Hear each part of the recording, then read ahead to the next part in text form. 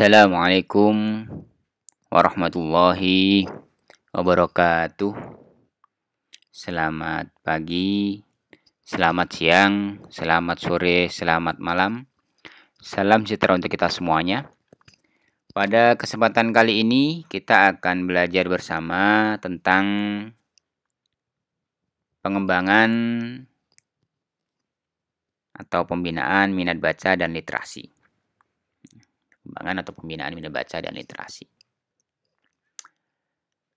Minat baca adalah bukan merupakan hal yang asing dalam dunia perpustakaan. Ya.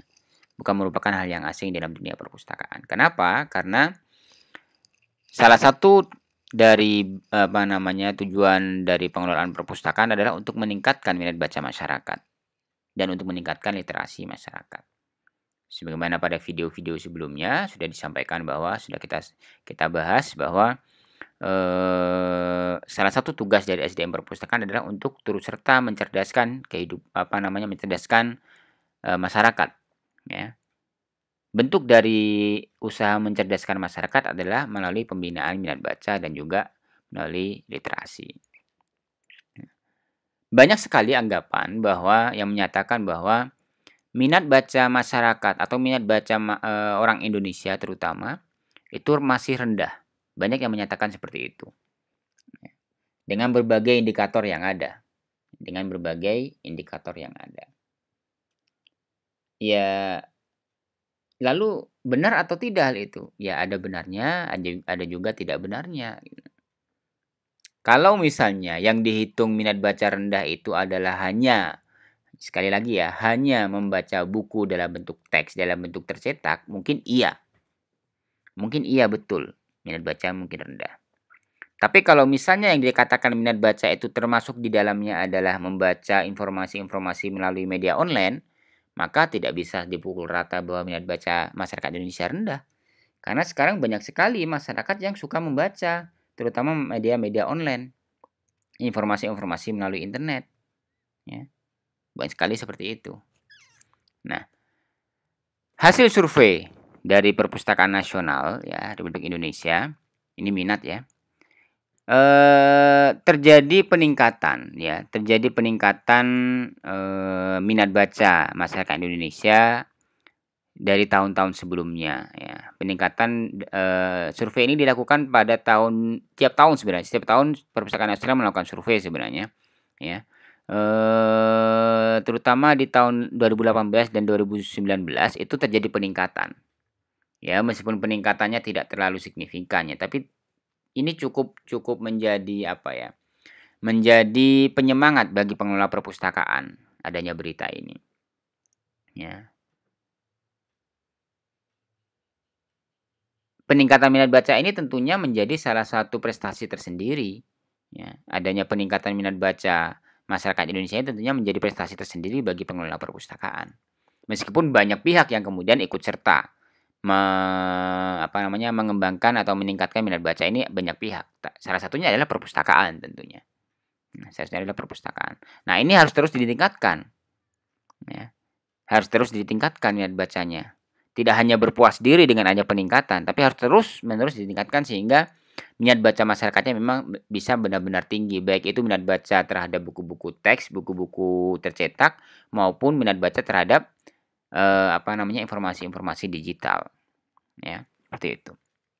Nah, ada beberapa kendala yang dihadapi oleh pengelola perpustakaan dalam pembinaan minat baca, sehingga menyebabkan beberapa pengelola perpustakaan merasa sulit untuk mengembangkan minat baca pada masyarakat yang mereka layani.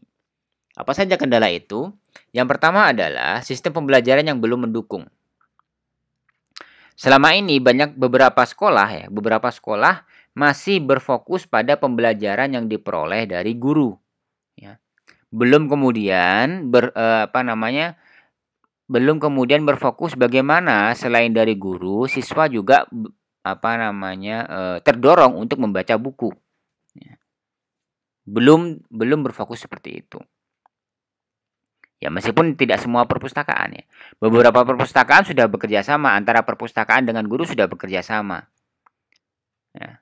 Salah satu caranya adalah misalnya Kalau di perpustakaan perguruan tinggi misalnya, atau perpustakaan manapun bisa dilakukan.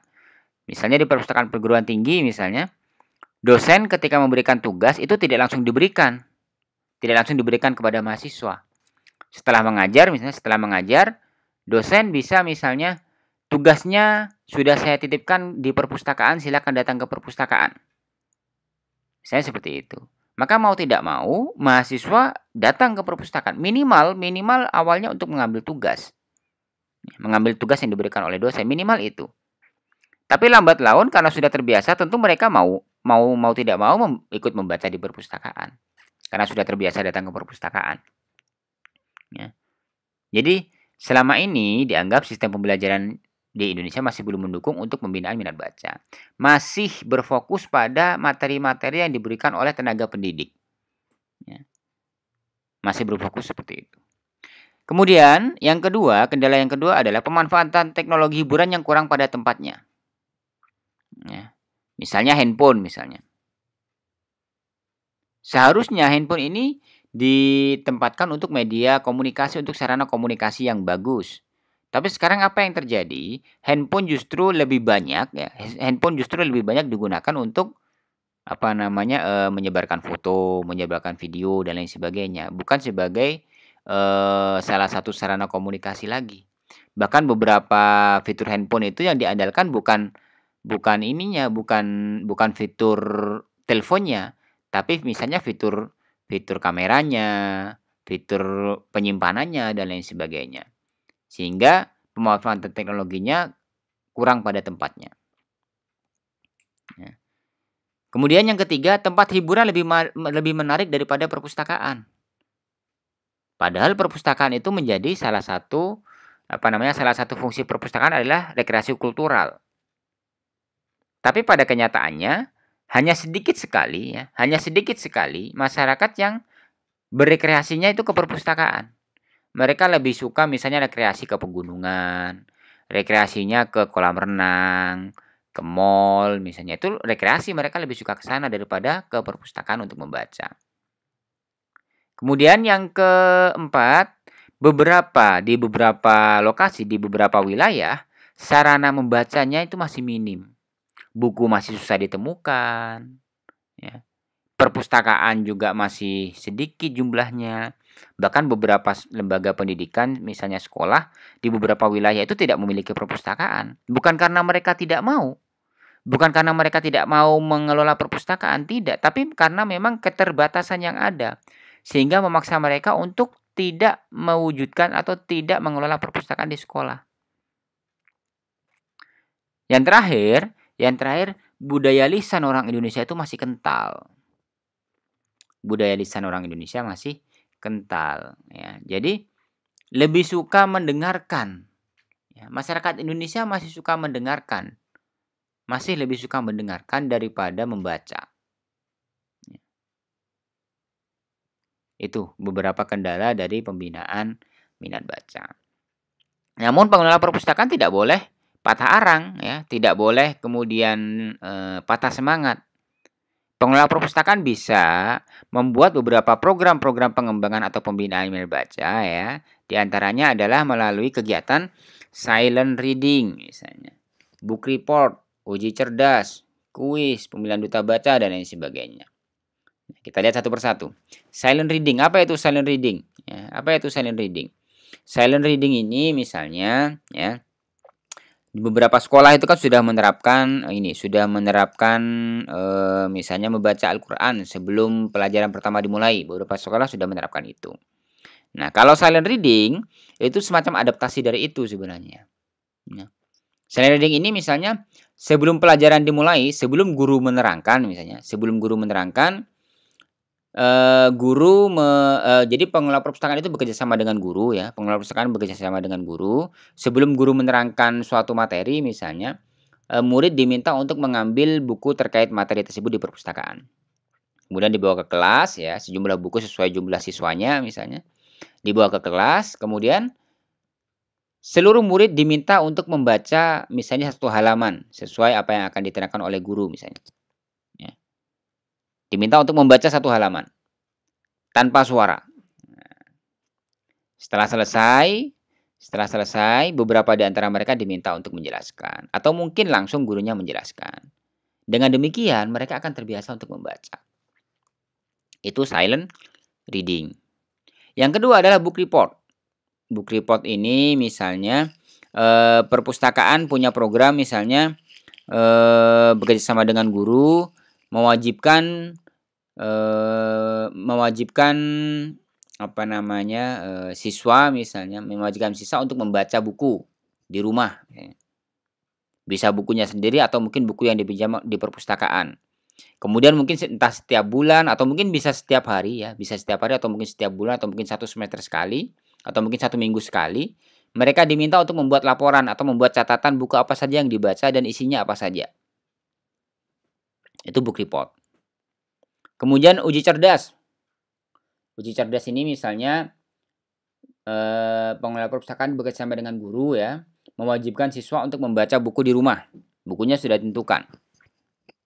Nah, kemudian keesokan harinya setelah sampai di sekolah ya, siswa diminta untuk